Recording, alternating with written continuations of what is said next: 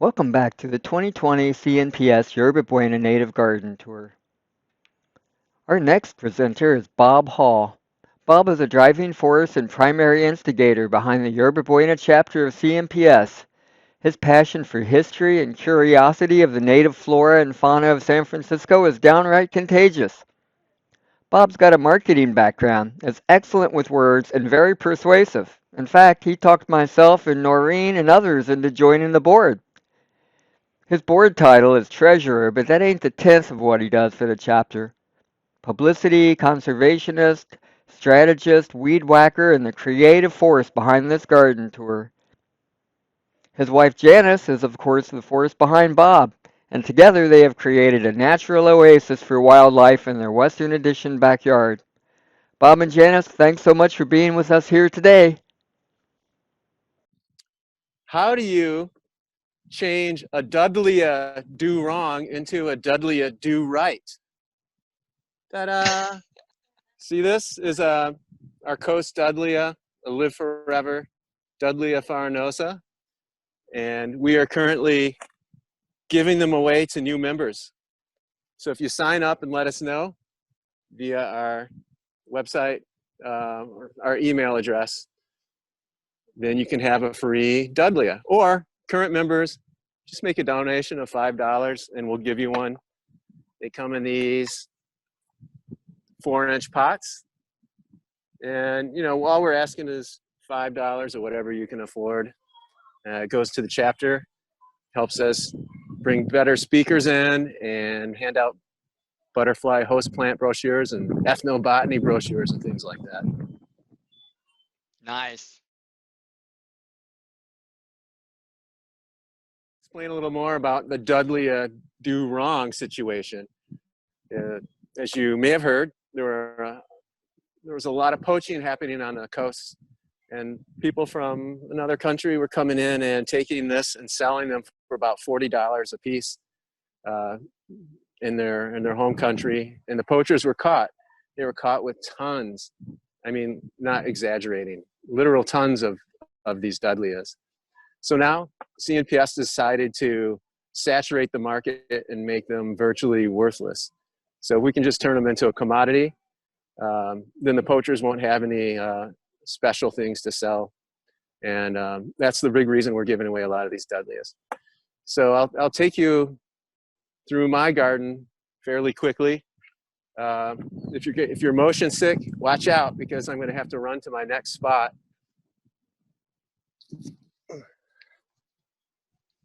I'll show you, here's my apartment. So this isn't my sole garden.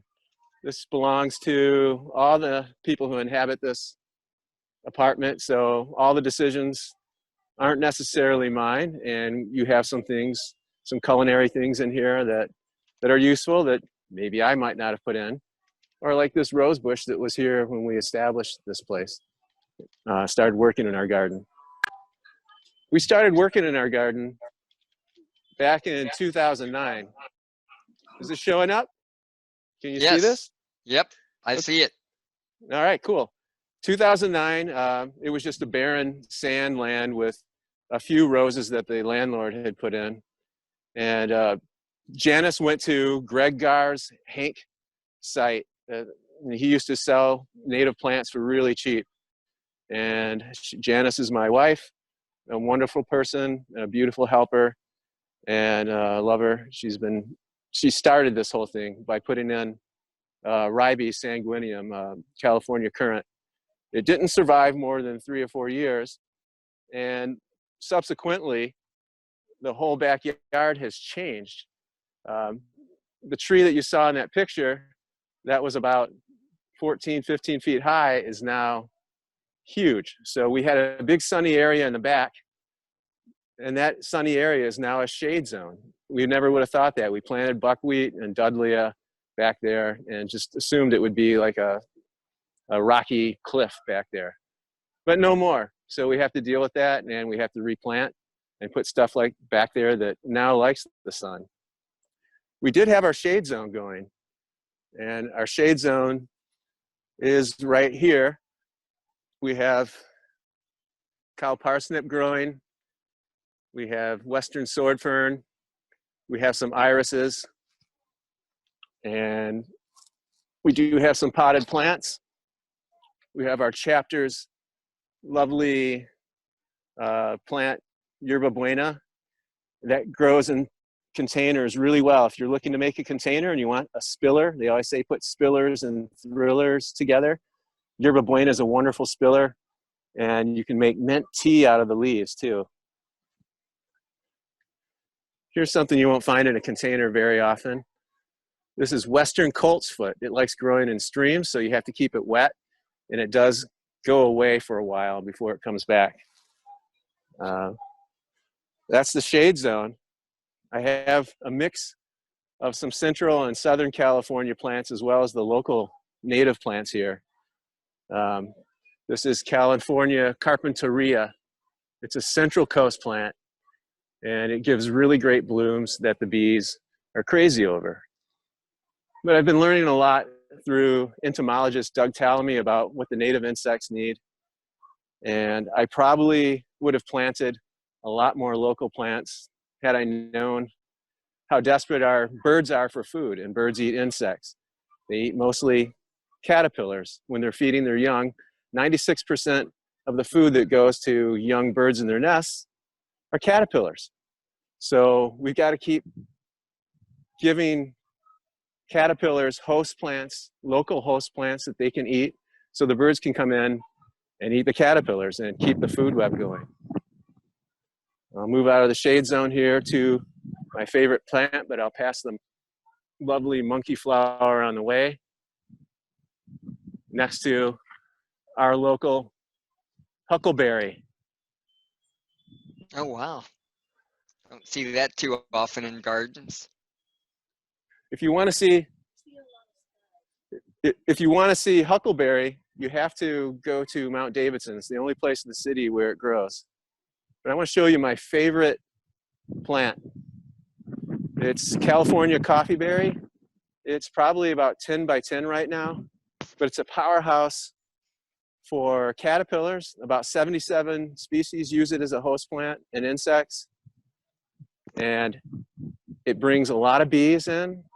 It's wonderful for that. And if you're a designer, it has dark green leaves, so you can bounce really colorful objects off of it. It goes well with our coastal silvers.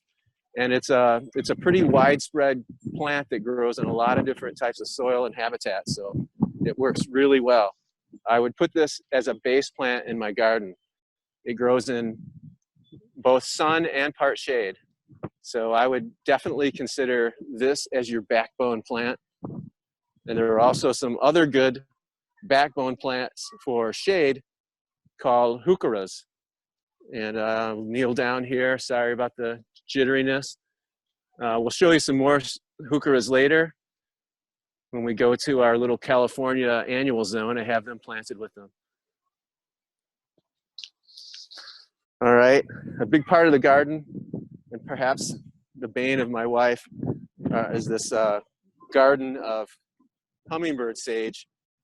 The hummingbird sage will get out of hand if you don't tend to it. But look, you can see the bee right there. I hope you got to see that. There was a beautiful, big, huge bombus on there. It's a wonderful plant. Put it here against this Southern California Shaw's agave. This agave will someday grow a giant stalk about 40, 50 feet high, and then it will die and leave some pups in the garden. Here's another Southern California plant called chaparral beard's tongue. It's used to be in the penstemon family, but now it's Cacheclia, I think you pronounce it, I'm not sure. In the back, I have Howard McMinn manzanita. It's a really good garden-worthy manzanita. If you can't find any of your local manzanitas, it can take water more than most manzanitas can. Here's another thing I like about the garden is contrasting these various colors. We got this light green beard's tongue, chaparral beard's tongue, contrasted with this chaparral mallow, the beautiful silver color of this mallow that grows icy pink flowers. They're just really stunning. And the bugs really do like the chaparral mallow. You can go see this on a walk in Mount Diablo, start in Mitchell Canyon, and you'll get to see this as you go up higher. Something I love is this grass. This is our state grass. I don't know if it's coming through in this camera, but it's called, oh good. It's called purple needlegrass, and its roots have been said to go 30 feet deep. So if you want to sequester carbon, if you're concerned about the climate, our bunch grasses are a good place to start. And why is it better than trees? Because, well, I'm not saying it's better than trees, but this can be munched to the ground and the roots are still storing the carbon 30 feet down. It can also resprout after an animal grazes it or after fire burns it if you're in the grasslands. So it's a wonderfully productive plant, and it gives these little sparklers that just wave all year long, all summer long, actually. Okay, here's a little section of San Francisco over here. I like yarrow. It brings some brightness to our cloudy days, and it has a wonderful smell, and you can use it to make beer. Sutro Stewards had beers made by walking, and they used, one of the brewers made yarrow beer, and it was my favorite beer over there. It's really herbaceous and minty at the same time. And we have this yellow bush lupin that attracts tons and tons and tons of bees. They just love it. Okay, I'm gonna wrap up the tour I'll hurry along to my section with annuals.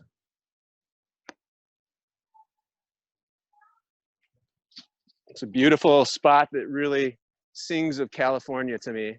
When you see these super blooms, the whole state, it seemed like, was chasing a super bloom in the last couple of years. And you just can't get enough of these beautiful California wildflowers. Let me read a quote by John Muir in 1867 while I'm showing you these. He said, "The central plain of California during the months of March, April, and May was one smooth, continuous bed of honey bloom, so marvelously rich that in walking from one end of it to the other, a distance of 400 miles, your foot would press about 100 flowers every step, mints, gilias, castilleias, and innumerable composites, one sheet of pure gold." And speaking of pure gold, let's show you some of these golden poppies. They're kind of closed for business, so they're just slightly opening up. The wind will close them down, as will rain, and the bumblebees don't like it. They're like angry drunks at the bar looking for more, usually. But they're closed down here, they're closing down, the wind breaks their petals so they protect themselves. And you can see the heuchera I was talking about before. This is the local macrantha, heuchera macrantha. And I might be botching that pronunciation, but it grows on the cliffs here. And it brings in lots of wildlife, and it's just a great plant. Oh, I have to show you one more San Francisco wallflower. It grows in Pacifica, in the headlands. You'll also find it mainly on San Bruno Mountain. It's endemic to this area. And there's a blue dick waving behind that. I don't know if you can see that. But Yes, yeah. the flowers right now are finishing up, but this has been 4 months of flower. I will get this again and again. It's such an amazing flower. San Francisco wildflower, go to Mission Blue Nursery during their plant sales. It's fantastic, get 4 or 5. And it has a beautiful smell too. So that's the tour, folks. Far out, man. Hey, that was wonderful. And thanks so much for feeding all them birds and other animals out there, man. One more thing. Yeah. Ask me how you can get this wonderful hat. We're selling it to raise money for the chapter. How can you get that So super cool hat, Bob? go to bonfire.com and look up California Native Plant Society.